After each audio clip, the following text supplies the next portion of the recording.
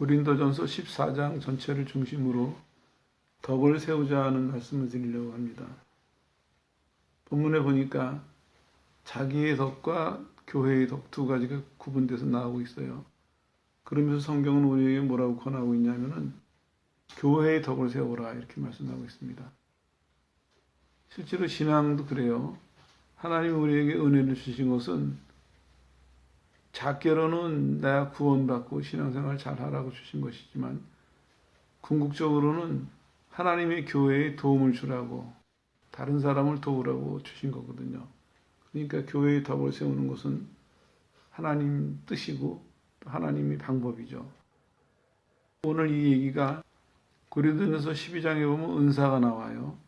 13장에 보면 사랑이 나오고 그리고 14장의 은사를 어떻게 사용해야 될지가 연결이 돼 있어요. 이거 이제 전체적인 맥락에서 이해하시면 되겠습니다. 덕을 세우라 하는 얘기는 이런 얘기입니다.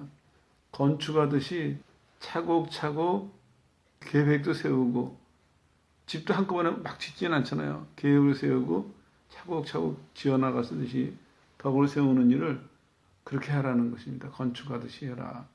구체적으로 말씀드리면 이해하기 어려운 말씀을 잘 가르쳐서 그 사람들한테 깨닫게 하고 그 사람들의 인격 변화에 도움을 줘라. 이런 얘기가 되겠습니다. 그래서 이제 몇 가지 특징이 나오는데 오늘은 그 특징 몇 가지 소개해 드리려고 해요. 첫 번째는 뭐냐면 덕을 세우는 데 있어서 사랑으로 세워라 하는 얘기입니다. 사랑을 따라 구하라 이런 말씀이 있거든요. 이건 정확하게 번역하면 이런 얘기예요.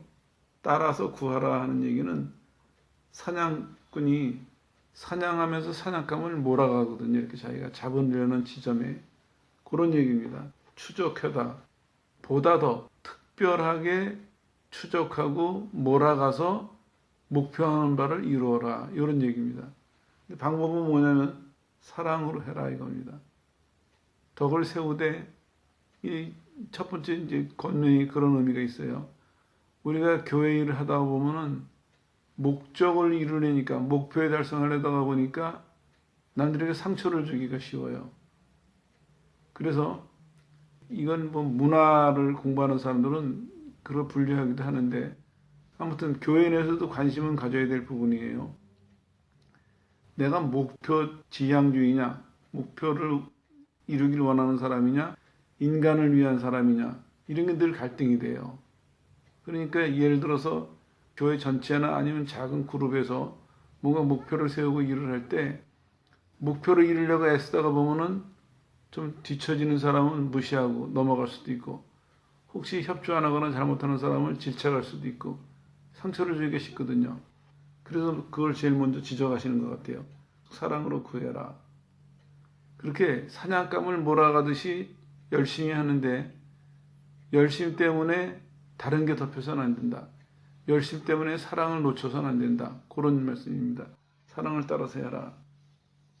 그동안 이제 교회의 역사를 쭉 보면요. 문제가 뭐냐면은 하나님은 우리에게 은혜를 주시고 하나님을 사랑하고 이웃을 사랑하라 하셨는데 우리가 이걸 잘 하지를 못해요. 교회 역사를 보더라도 사랑 없이 행하는 게 참 많았습니다. 예를 들어서 이제 이기심 때문에 아니면 욕심 때문에 경쟁심 때문에 이런 것들은 이제 앞세우다가 보니까 하나님이 사랑하라 하시는 것에 비해서는 오히려 말은 하나님의 나라를 위해서 하나님의 영광을 위해서 한다고 하는데 근데 결과로는 많은 상처를 남기는 이런 예들을 참 많이 볼 수 있습니다. 한국 교회만 보더라도 하나님의 은사를 참 많이 부어주셨어요. 근데 이제 문제는 뭐냐면은 그 은사를 가지고 사랑으로 섬긴 것이 아니라 일부 사람들은 은사를 받은 것을 자랑하고 자기를 높이는데 또 일부 사람들은 자기의 이익을 얻는데 또 일부 사람들은 그걸 가지고 서로 경쟁하고 이렇게 하다 보니까 덕을 세우기보다는 오히려 비난을 받고 손가락질 받고 욕먹는 이런 예들이 참 많이 있었거든요. 쉽게 은사 받아가지고 사람이 더 겸손해지는 것이 아니라 은사 받아가지고 더 교만해져가지고 남들이 손가락질의 대상이 되거나 이런 경우들이 너무 흔하니까 성경에서도 경고하고 있는 것입니다. 꼭 기억하세요. 우리가 주의 일을 할 때 하나님의 은사가 꼭 필요해요. 그건 이제 다음에 말씀드리겠는데, 필요한데 그거보다 먼저 뭐가 있으냐면 사랑하는 마음이 있어야 됩니다. 이게 비결이에요. 가만히 뒤돌아보면요, 하나님의 은사를 주실 때 하나님을 사랑하는 마음을 주셨어요. 그래서 하나님을 사랑하고 어떻게 하면 내가 하나님을 온전히 사랑할까, 그런 것을 위해서 기도하고 애쓰고 하다 보니까 어느새 은사는 선물로 주어졌거든요. 이게 성경적이고 정상적인 겁니다. 근데 그렇지 않은 사람들도 있어요. 뭐냐면은 같이 부흥회를 갔는데 한 교회 다니는 사람인데 누가 은사를 받았어요. 그리고 더군다나 내가 오래 믿었고 오늘 처음 나온 사람을 데리고 갔는데 이 사람은 받았고 나는 못 받았어요. 그러면 이제 하나님에게 막 원망도 하고 이러는 것이죠. 이런 게 다 어디서 나왔냐면은 은사에 대해서 잘 모르고, 특별히 하나님이 왜 주셨나, 어떻게 사용했는가, 그건 모르기 때문에 이거를 이렇게 잘못 쓰는 그런 경우들이 많이 있었습니다. 꼭 기억하십시오. 은사를 오늘 얘기할 건데, 은사에 직접적으로 들어가기 전에 먼저 사랑을 따라 구해라. 구하는 것도 사랑을 따라 구하고 사용하는 것도 사랑을 따라서 행해라, 이렇게 말씀하고 있습니다. 두 번째로는 이제 사랑으로 구하되 뭘 구하느냐, 신령한 은사를 사모해라 말씀하고 있습니다. 신앙생활은 영적인 생활이에요. 이게 이제 우리가 분명하게 이해하고 넘어가야 되는데, 하나님을 예배하는 거나 우리가 평상시에 하나님의 자녀로 살아가는 것이나 전부가 다 포함되는 얘기예요. 성령으로서 안 하면은 할 수가 없는 거예요. 요만큼도, 단 하나도 성령을 안 하면은. 근데 우리는 이걸 자꾸 잘못 생각해가지고 이걸 이성으로 하려고 해요. 예를 들면 이런 거예요. 성경에 이렇게 해라 말씀하셨어요. 내가 읽고 깨달았어요. 무슨 내용인지. 그렇다고 내가 할 수 있을까요? 성경적인 답은 못해요. 왜냐하면은 우리의 이성은 그 내용이니까 내가 그렇게 하면 되겠지, 이렇게 생각을 할 거예요. 근데 거기 뭐가 빠졌냐면은 이것을 하게 할 수 있는 성령의 도우심이, 성령의 역사가 빠진 거예요. 이거를 사람들이 잘못 생각하는 게, 시간이 없지만 역사를 좀 얘기를 해야 되겠어요. 우리가 신앙이 맨 처음에 세워질 때 초창기에 틀이 세워져야 되잖아요. 그러다가 보니까 서양 철학을 도입을 했어요. 서양 철학의 그 틀 속에서 신학을 정리를 한 거예요. 하나님에 대해서, 구원에 대해서, 예수님에 대해서, 성령에 대해서, 종말에 대해서, 심판에 대해서 정리를 한 거예요. 그게 우리가 갖고 있는 그 틀이 학교에서도 배우고 세상에서도 그대로 쓰고 있고 교회에서도 그렇게 배우게 된 거예요. 내용은 신앙인데 그 틀은 서양 철학이라는 틀 속에다가 신앙을 체계적으로 정리해 놓은 거거든요. 그러니까 이제 어떤 문제가 생겨났냐면은, 신앙이 있는 사람은 문제가 없는데 신앙이 없는 사람은 철학적인 논리적인 틀, 객관적인 논리라는 그 틀 속에, 더 구체적으로 말씀드리면 아리스토텔레스의 이론에 따라가는 거예요, 우리가 다. 그 예전에 그런 비판들이 많이 나왔어요. 예수님의 제자나 아리스토텔레스의 제자냐. 그 사람의 논리적인 체계에 다 따라가 버렸어요. 오늘날 설교에서 우리가 서론, 본론, 결론 말하는 것도 실은 그 아리스토텔레스의 이론이에요. 근데 그게 우리가 보편화되어 있으니까, 그게 우리 이성으로서는 이해하기 쉬우니까 그걸 도구를 빌려왔어요. 쓸 수도 있어요. 근데 이제 문제는 뭐냐면, 신앙이 없이 그걸 써버리니까 그게 신앙을 대신해 버렸어요.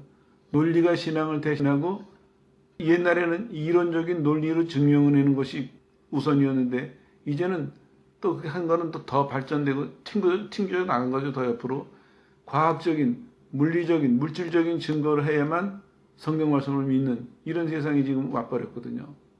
이게 왜 그러냐면은 우리가 신령한 것과 신령하지 않은 것을 구분하지 못하는 그럴 능력이 없기 때문이에요. 무조건 신앙에 관계된 것은 처음부터 끝까지 다 이거는 성령과 관계가 있어야 되고 신령한 것과 관계가 있어야 된다. 신령한 것이다. 이게 분명히 선이 그어져야 됩니다. 예를 들어 볼까요? 예수님의 출생이 어땠습니까? 하나님이심에도 불구하고 성령으로 잉태하셨다. 이게 말씀하고 있어요. 예수님을 전하는 세례요한, 예수님 앞서서 태어나가지고 6개월 전에 태어났죠. 예수님 앞서서 예수님 오십니다 전한 세례요한 어떻게 했어요? 태어날 때부터 성령의 역사 속에서 태어났어요. 성령의 간섭 속에서 자라났어요. 성령의 인도함을 받고 사역을 했어요. 성경에 보면 하나님의 사람 쳐놓고 성령과 무관한 사람은 아무도 없습니다. 오죽했으면 예수님이 니고데모에게 너가 성령으로 하지 않으면은 이렇게 단서를 다루셨을까요? 성령으로 하는 그걸 강조하신 이유가 신앙에 관한 모든 것은 영적인 것이다. 이렇게 말씀하신 거거든요. 그 오늘 은사를 구할 때 여러분들이 생각하셔야 될 것이 신령한 것을 사모해야 되는구나. 이걸 구해야 됩니다. 그 신령한 것이 뭐냐? 오늘 우리는 은사를 다루려고 합니다. 만약에 신령한 것을 추구하지 않으면 어떻게 되냐면 육신의 생각대로 살아갈 수밖에 없습니다. 다시 말씀드리면 세상의 방법대로 살아가는 사람이 된다 하는 것이죠. 보세요. 내용은 하는 일은 하나님에게 관계되는 신령한 것인데 그거를 세상의 방법대로 해보세요. 모양은 낼 수 있어요. 왜냐하면 세상도 체계가 있거든요. 세상의 철학도 세상의 과학도 체계가 있어서 모양은 낼 수 있는데 뭐가 없냐? 생명이 없어요. 생명이. 그러니까 그거는 우선은 쓸모가 없고 이게 만약에 더 위험하다면 이게 진짜를 대신하는 거니까 이건 우리를 미혹하거나 유혹하는 이런 이제 엄청난 나쁜 짓을 하게 되는 것이죠. 이 부분은 죄를 다룰 때 계속해서 비판하고 정리를 해드릴 것입니다. 은사를 사모하라 하셨는데 이런 얘기예요. 집요하게 추구해라. 정열적으로 열망해라. 이런 얘기입니다. 근데 이제 걱정하실 필요는 없어요. 왜냐하면은 하나님이 은사를 주실 때쯤 되면요. 물론 그냥 받는 사람들도 있어요. 경험담을 들어보면. 그러나 대부분 보면은 하나님께서 우리 마음속에 좋겠다. 사모하는 마음을 주세요. 그래서 내가 그걸 받을 수 있도록 충분히 내 마음을 준비시켜 주시고 내 마음속에 열정도 주시고 사모함도 주시고 그러고 나서 은사를 주세요. 그러니까 이 사람은 어떻게 되겠습니까? 그 이제 성령이 그 일을 하시는 거죠. 요 이해가 안 가시는 분이 있을까봐 한마디 설명하고 넘어가는데요. 성령의 은사를 받는데 성령이 도와주신다. 이게 정상이에요. 지금 우리는 은사를 받는 것을 얘기하고 있고 성령의 도우심은 우리 신앙생활 전체를 돕고 계시는 거니까 그거는 기초라고 생각하시고 이건 특수한 부분으로 생각하시면 되겠어요. 전체가 성령의 도우심 속에서 은사 받는 것도 성령이 도와주신다. 이런 얘기거든요.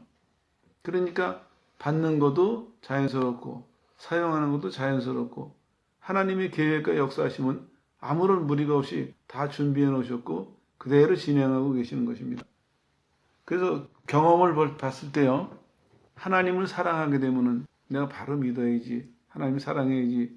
그런 마음을 계속 유지하고 있다가 보면은 하나님이 은사는 선물로 부어주시는 것입니다. 근데 이제 한 가지 조심해야 될 것이 뭐냐면요. 어떤 사람은 은사를 사모하라 그랬더니 이런 사람이 있어요. 나는 안 주셔도 잘 믿을 수 있다. 하나님 저는요. 그런 은사 안 주셔도 됩니다. 이런 사람들 가끔 있거든요. 근데 좋아 보이진 않아요. 왜냐하면은 그건 겸손이 아니라 교만이에요. 하나님께서 은사를 받아라 하시면 내 하고 받으면 되거든요. 근데 뭐 본인이 생각해보고 본인이 따져보고 나는 주셔도 좋고 나는 안 주셔도 좋고 이게 선택한다는 자체가 이게 교만이거든요. 말씀을 굳이 드리고 넘어가는 이유가 뭐냐면 이 신령한 은사라는 걸 놓고 볼 때 받기 전에도 이런 어마어마한 문제들이 우리 속에 많이 쌓여 있어요. 그러니까 은사를 받을 때도 그렇고 받고 난 다음에도 이런 문제가 하나씩 정리가 되지 않으면은 받고 나서도 제 값을 못한다. 제 역할을 못한다. 이런 위험성을 알려드리려고 말씀드렸습니다. 예를 하나 들면요. 엘리사는 어땠습니까? 엘리야가 떠날 때 뭘 구했습니까? 선생님 갑절의 영감을 주십시오 이랬어요. 이건 이제 번역이 좀 필요하죠. 갑절은 양으로 2배를 달라는 얘기가 아니에요. 뭐냐면 선생님이 하나님의 종으로 일을 했는데 내가 그것을 물려받고 싶습니다. 구약에 보면 장자에게 갑절을 줬거든요. 그런 의미로 이해하셔야 돼요. 선생님의 그 역할을, 선생님의 그 임무를 내가 계승하고 싶습니다. 그런 의미로 갑절을 구했거든요. 엘리야 엘리사를 얘기하시죠. 엘리야가 떠날 때 됐다 했더니 엘리사가 얼마나 많이 따라갑니까? 베델에서 길갈로, 길갈에서 여리고로, 여리고에서 요단 건너로 계속 따라가고 있어요. 선생님이 이제 그만하라 해도 아니에요, 난 따라가야 됩니다. 왜 따라가고 있습니까? 선생님은 떠나고 하나님의 일은 남아있고 내가 해야 될 텐데 그럼 난 받아야 되는데 하나님으로부터 난 받아야 할 수 있으니까 선생님이 말려도 아닙니다, 난 가야 됩니다. 아닙니다, 가야 됩니다. 끝까지 따라가잖아요. 맨 마지막에 엘리야가 뭐라 그렇습니까? 하나님이 나를 데려가시는 것은 네가 보면은 너 원하는 것을 이룰 것이다. 그래서 실제로 엘리야가 승천하는 것을 봤고, 그리고 엘리야가 던진 겉옷을 입고 엘리야의 대를 잇는 그런 선지자 역할을 했던 것이죠. 이렇게 사모하라는 얘기입니다. 이 얘기는 이렇게 이해하는 것이죠. 하나님을 믿는 사람은 하나님을 사랑하게 되고, 하나님을 사랑하는 사람은 하나님을 섬기고 싶고, 하나님을 섬기고 싶은 사람은 은사를 구하게 되고, 이게 다 쭉 연결되어 있는 것입니다. 신앙을 갖게 되면은 자연스럽게 이런 과정을 따라서 은사도 구하고, 은사도 받고, 은사를 사용하는 그런 사람이 된다 하는 얘기죠. 자, 이제 오늘 특별히 예언 얘기를 좀 하려고 해요. 성경이 이렇게 말씀하고 있어요. 5절에 보니까. 오늘 예언과 방언 두 가지를 집중적으로 말씀드릴 텐데요. 5절에 보니까 너희가 다 방언하기를 원한다. 그러나 특히 예언하기를 더 원한다. 이렇게 얘기하고 있어요. 왜냐? 4절에 답이 나와 있어요. 방언은 자기의 덕을 세우고 예언은 교회의 덕을 세우니까 나는 너희가 다 방언해서 각자가 은혜 받는 것도 좋지만 특히 너희가 교회에 유익한 사람들이 되기 위해서 예언하기를 원한다. 이렇게 얘기하고 있는 것이죠. 그런데 여러 가지 얘기가 쭉 나오고 있습니다. 2절에 보니까 방언은 하나님께 말씀드리는 거예요. 비밀 얘기예요. 비밀 언어로 비밀 얘기를 하는 것이에요. 그러니까 다른 사람은 못 들어요. 근데 예언은 우리 사람의 말로 얘기하는 거예요. 사람의 말로 얘기해서 그 사람에게 아까 말씀드린 것처럼 깨닫게도 해주고 그 사람의 인격도 잘 세워주기도 하고 또 어려울 때 힘을 얻도록 위로해주기도 하고 잘 모를 때 권면해주기도 하고 그러면 예언은 남들에게 도와줄 수 있으니까 방언보다 예언을 하는 것을 더 사모하라 이렇게 얘기하는 거거든요. 그리고 또 똑같은 얘기가 반복이 돼요. 방언은 비밀 얘기라 그랬잖아요. 그러니까 방언은 통역을 못하면은 의미가 없어요. 못 알아듣거든요. 예를 들어서 교회에서 예배를 드리는데 어떤 사람이 일어나서 방언을 했어요. 근데 그걸 통역하지 않는다면은 본인은 방언을 하면서 하나님과 교통하겠지만 나머지 사람들은 어떻게 됩니까? 내용을 못 알아들으니까 나머지 사람들에게 의미가 없는 거거든요. 그래서 예언을 하라고 얘기하고 있습니다. 방언은 통역이 없으면은 예언만 못하기 때문에 분명한 소리를 내라. 분명한 소리는 방언이 아닌 예언이다. 이렇게 얘기가 되겠죠. 그리고 방언은 계시나 지식이나 예언이나 가르치는 것 그런 것을 못한다. 자기만 비밀 얘기를 하지 남들을 가르치거나 남들을 도와주지 못하니까 그게 무슨 유익이 있겠느냐 하면서 악기의 예를 들어요. 악기를. 전쟁에서 나팔을 부는데 나팔 소리가 분명해야 되거든요. 그 다 약속을 하고 나가요. 이런 나팔을 부르면 전진하고 이런 나팔을 부르면 후퇴를 하고 약속을 하고 나가거든요. 그게 분명해야 우리 편 군사들이 잘 싸우겠죠. 이 소리가 분명하지 않으면 전쟁에 나가서 패하고 우왕좌왕하게 되거든요. 그런 예를 들고 있습니다. 교회의 덕을 세우는데 중요한 요소 중에 하나가 알아들어야 될 거 아니에요. 알아들어야지. 우리도 실제로 그렇잖아요. 신앙생활하면서 하나님을 알고 하나님의 뜻을 알아야 제대로 믿을 거 아니겠습니까? 하나님도 잘 모르고 하나님 뜻도 잘 모르면서 제대로 믿기를 바랄 수는 없는 것이죠. 그 얘기가 그대로 도입이 됐습니다. 여기도. 방언은 소리가 분명하지 않아서 그 소리를 해석하지 못하니까 도움이 안 되고 그러나 예언은 내용이 분명하니까 도움이 된다. 반복되는 얘기죠. 똑같은 얘기가 또 반복이 돼요. 뭐냐면은 방언은 너가 영어로 기도하기 때문에 마음의 열매가 없다는 얘기예요. 근데 예언은 영으로도 기도하고 마음으로도 기도하니까 영으로도 찬미하고 마음으로도 찬미하니까 마음의 열매도 맺고 남들에게도 도움이 된다, 이런 얘기입니다. 실제로 그래요. 신앙생활 하다 보면요, 여럿이 모여서 기도할 때, 예를 든다면 기도할 때 어떤 사람의 기도가 귀에 들릴 때 굉장히 감동이 될 때가 있어요. 남의 기도지만 저절로 내 마음속에서 아멘 이렇게 동의가 되고 은혜가 되고 감동이 될 때가 있거든요. 들려야죠, 그 소리가. 근데 그걸 들리지 않으면은 본인도 막 방언으로 기도하는데 자기가 무슨 기도하는지 모르면은 열매가 안 돼요. 그러나 자기가 무슨 기도를 하는지를 알면은 그때는 마음을 실어서 하니까 열매가 되겠죠. 조금 더 설명을 드리면 이런 얘기예요. 방언하는 사람들이 신경 써야 될 것이, 방언은 성령에 의해서 기도가 돼요. 근데 이제 문제는 뭐냐면은 그렇다고 그냥 그 기도 그냥 그대로 하다 보면은 이루어질 수도 있어요. 이루어지겠죠. 근데 나는 상이 없어요. 그렇잖아요. 나는 내 마음을 실어서 한 게 아니라 성령이 그냥 인도하신 거니까요. 그러나 반대로 내가 내 영으로 안다면은 그 기도를 하면서 내 마음을 실어서 기도하겠죠. 어떤 기도를 할 때, 누구를 위해서 기도할 때, 어떤 문제를 놓고 기도할 때 기도하는 내용에 내 마음을 실어서 기도하면은 그것은 하나님께도 영광이 되고 나한테도 상이 되는 그런 차이입니다. 그래서 조심해야 될 것이, 방언하는 사람들이 이게 오해하시면 안 돼요. 방언 기도는 황홀경에서 하는 것이 아닙니다. 방언 기도를 할 때 내가 방언 기도하면서 내 마음이 하나님께 같이 실어져야 돼요, 그 기도에. 근데 그거는 가능한 게 다 그런 건 아니지만 대체적으로 보면은 내가 방언 기도를 하다 보면은 하나님이 적어도 본인한테는 내가 지금 무슨 기도를 하는구나를 알려주세요.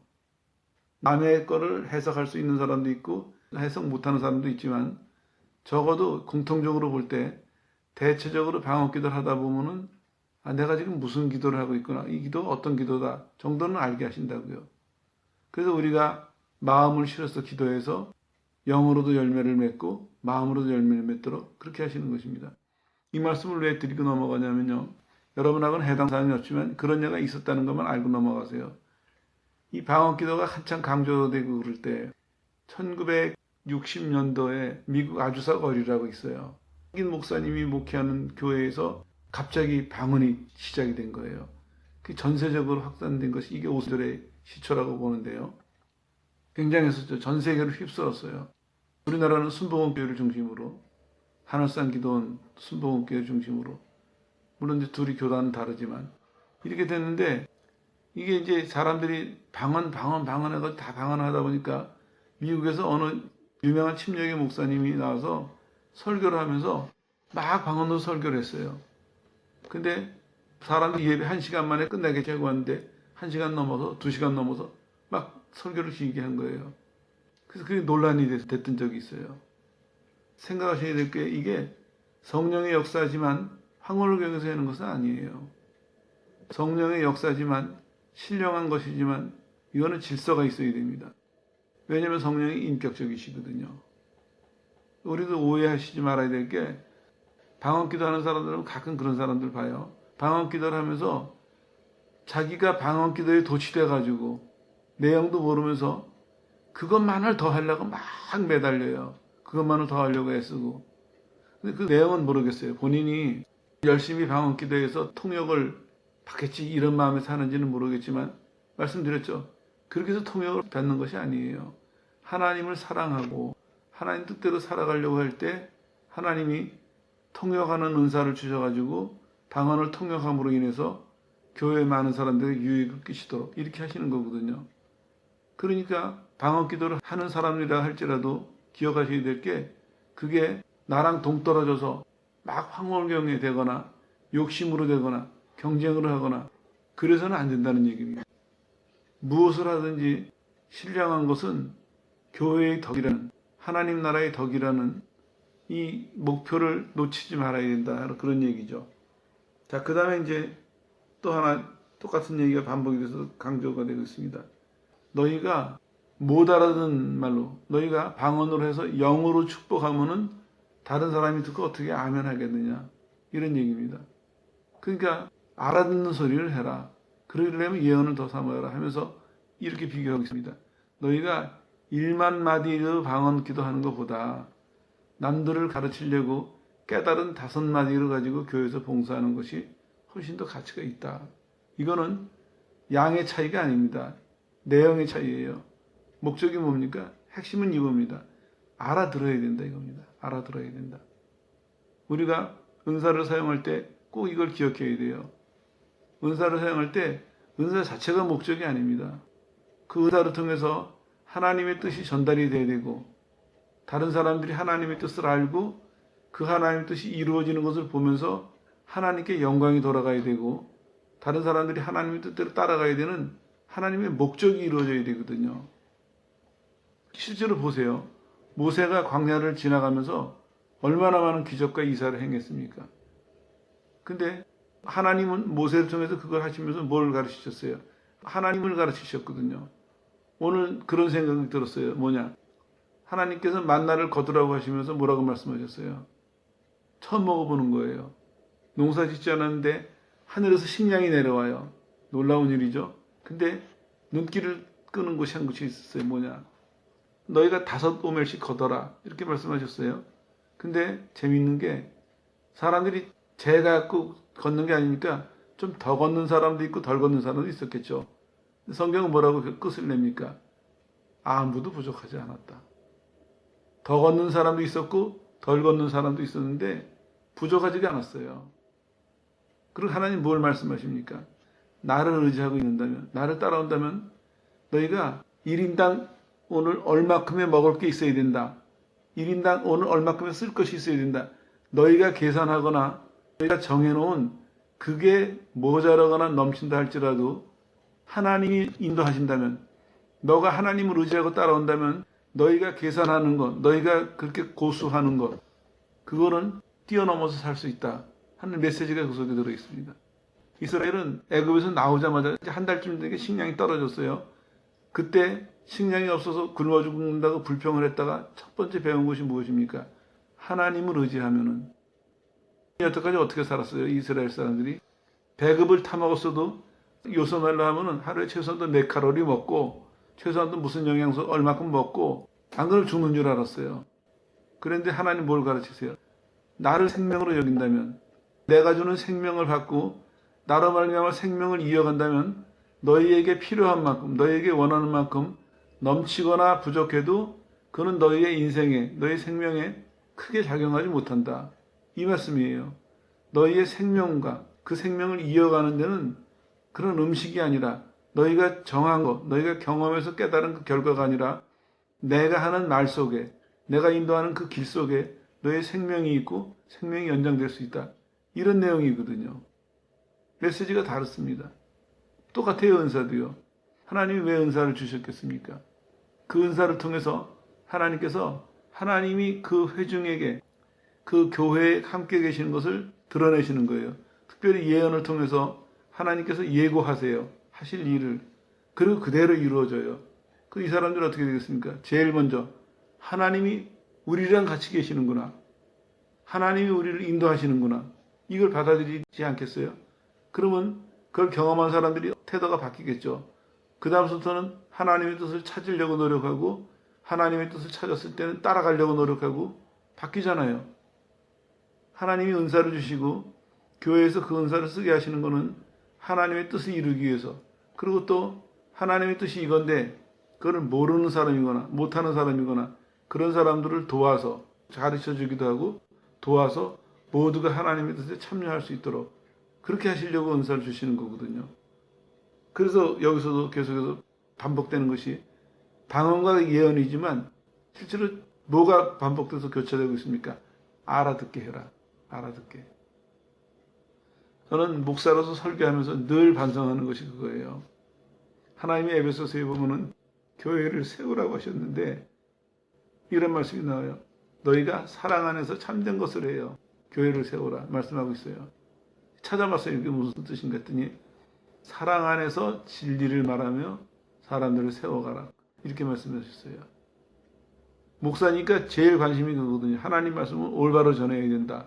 근데 하나님은 그거 못지않게 강조하시는 것이 있었어요. 사랑으로. 나는 목사로서 늘 반성하고 있어요. 내가 사랑으로 설교했나? 하나님 말씀을 안 따라오는 사람을 사랑으로 설교했나? 하나님 말씀을 잘못 알고 있는 사람을 사랑으로 설교했나? 하나님 말씀을 어기는 사람한테는 사랑으로 설교했나? 물론 하나님 말씀을 따라오는 사람은 당연히 사랑으로 설교해야 되겠죠. 하나님 말씀을 놓고 볼 때 교인들의 반응이 각가지예요. 그런데 성경은 뭐라고 말씀하느냐? 그 모든 사람의 모든 종류의 사람에게 진리를 말하되 진리는 변하지 않아야 되겠죠. 너의 태도는 너의 마음은 사랑으로 해라. 늘 돌아보고 있습니다. 내가 혹시나 잘못하는 사람에게 내가 감정으로 설교하지 않는가? 그럴 수도 있어요. 왜냐하면 교인 중에는 하나님 말씀을 잘못 알고 있으면서 그게 마치 옳은 것이냐 다른 사람에게 퍼뜨리는 사람들이 있거든요. 그럴 땐 분노가 일어나죠. 그래도 그런 사람들을 사랑으로 대하느냐, 그 말에 넘어가는 사람들에 대해서도 사랑으로 대하느냐, 똑같습니다. 여기서도 알아듣게 해라.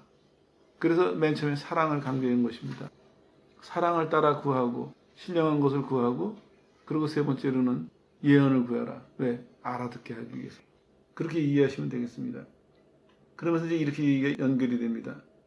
믿지 않는 사람에게는 방언이 유익하다는 것이에요. 왜냐하면 처음 보는 거잖아요. 또 안 믿는 사람이 교회에 들어왔을 때 사람들이 방언을 하면은 진짜 하나님이 살아계시나 보다 이렇게 받아들이겠죠.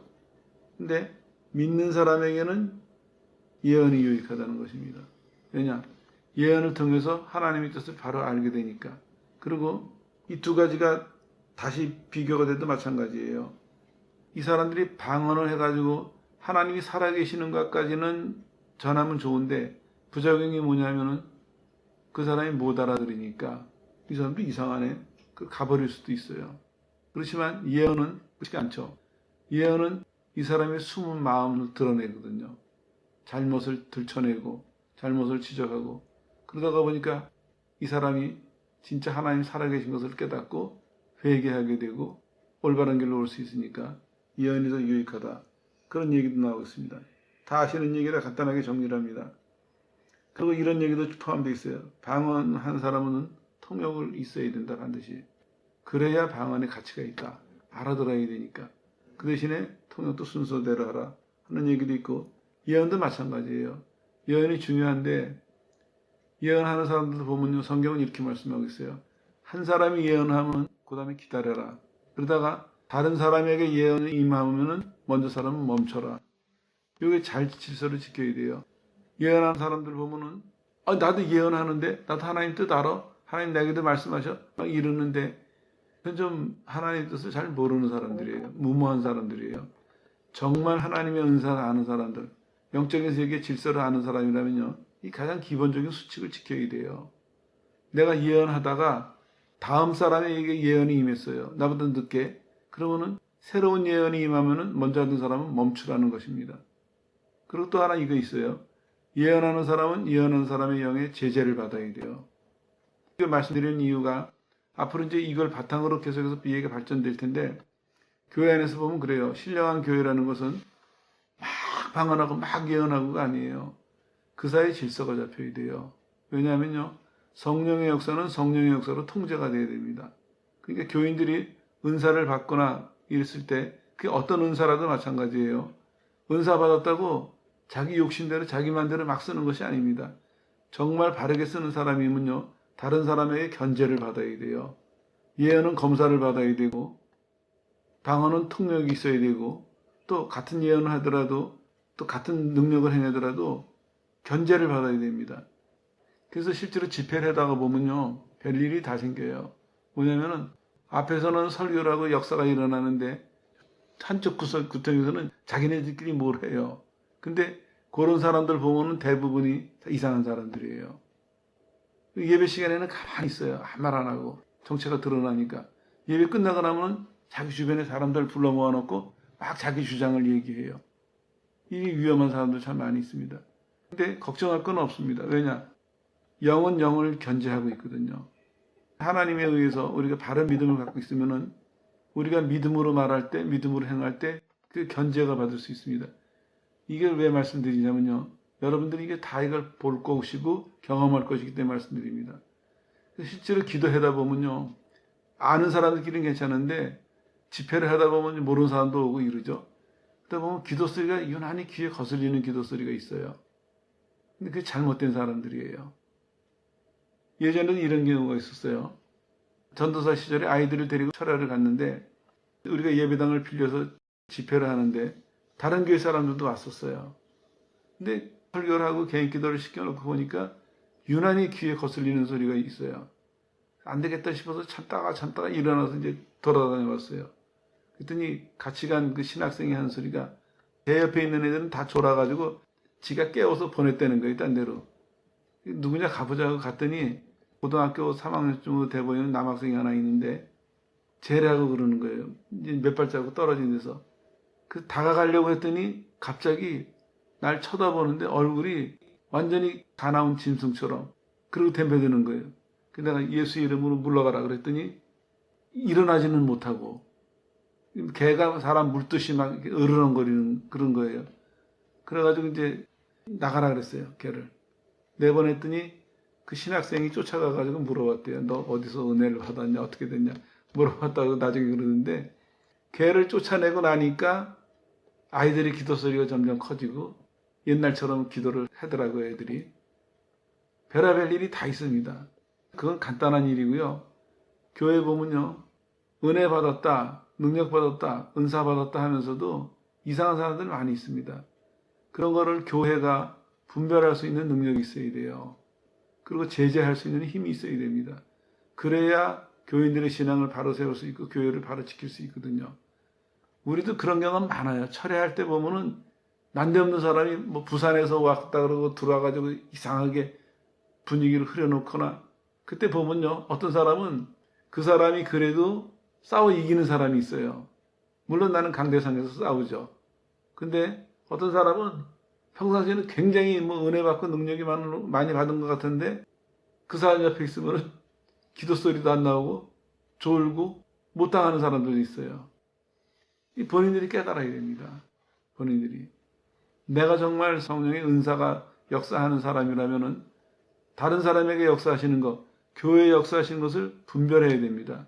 그래서 성령의 역사에는 아멘으로 화답해서 힘을 보태야 되고 성령의 역사가 아닌 것, 잘못된 것은 제지할 수 있어야 되고 지적할 수 있어야 되고 이렇게 서로 통제할 수 있어야 되거든요. 이게 이상적인 교회고 이게 복된 교회입니다. 그리고 이것이 좁혀서 말하면 가정도 마찬가지예요. 가정에서 문제가 생겼을 때 가족끼리 분별할 수 있고 제재할 수 있고 고쳐나갈 수 있는 이런 가정이 복 있는 가정이거든요. 우리가 은혜 받았다고 은사 받았다고 그냥 나만 황홀경에 그게 아니에요. 하나님이 주신 목적이 그게 아닙니다. 분명히 하나님은 덕을 세우라 하셨습니다. 개인의 덕도 세우지만 더 크게로는 궁극적으로 교회의 덕을 세우라. 그래서 하나님 주신 성령의 은사로 말미암아서 교회의 모든 사람들이 다 유익할 수 있도록 덕을 세우라 하시거든요. 여기에 대해서 우리가 책임감도 가져야 되고 자부심도 가져야 돼요. 이게 은사를 공부해야 될 중요한 이유 중에 하나입니다. 오늘은 대략적인 얘기만 말씀드렸는데 앞으로는 기회 될 때마다 좀 더 구체적으로 말씀을 드릴게요. 그래서 정리를 해보면 이렇습니다. 계속해서 얘기하다 보니까 방언이 불리해졌는데 결론은 이거예요. 예언을 사모하되 방언을 금하지는 말아라. 이렇게 말씀하시면서 모든 것이 덕을 위해서 하는 것이니까 어떤 것을 무시하지는 말아라. 그러나 할 수 있으면 예언을 해라. 그게 여러 사람에게 유익되니까. 그리고 꼭 지켜야 될 것 중에 하나가 덕을 세우기 위해서는 질서대로라. 아까 말씀드린 것처럼 방언은 통변이 있을 때 하고 없으면 집에서 하고 또 예언은 한 사람이 하다가 다음에 예언하는 사람이 있으면 멈추게 되고 예언하는 사람끼리 검증을 하고 예언하는 사람끼리 견제하면서 하나님의 교회의 덕을 세워라. 이렇게 말씀하시는 것이죠. 정리하겠습니다. 하나님은 교회의 덕을 세울 수 있도록 여러 가지를 우리에게 명령하셨고 여러 가지를 주셨어요. 그 중에 하나가 신령한 은사고 특히 강조한다면 예언의 은사입니다. 여러분들도 사모하셔서 하나님 앞에 여러분에게도 신앙의 유익이 되고 하나님의 교회에 덕을 세우는 그런 능력 있는 성도들 되시기를 예수의 이름으로 축원합니다.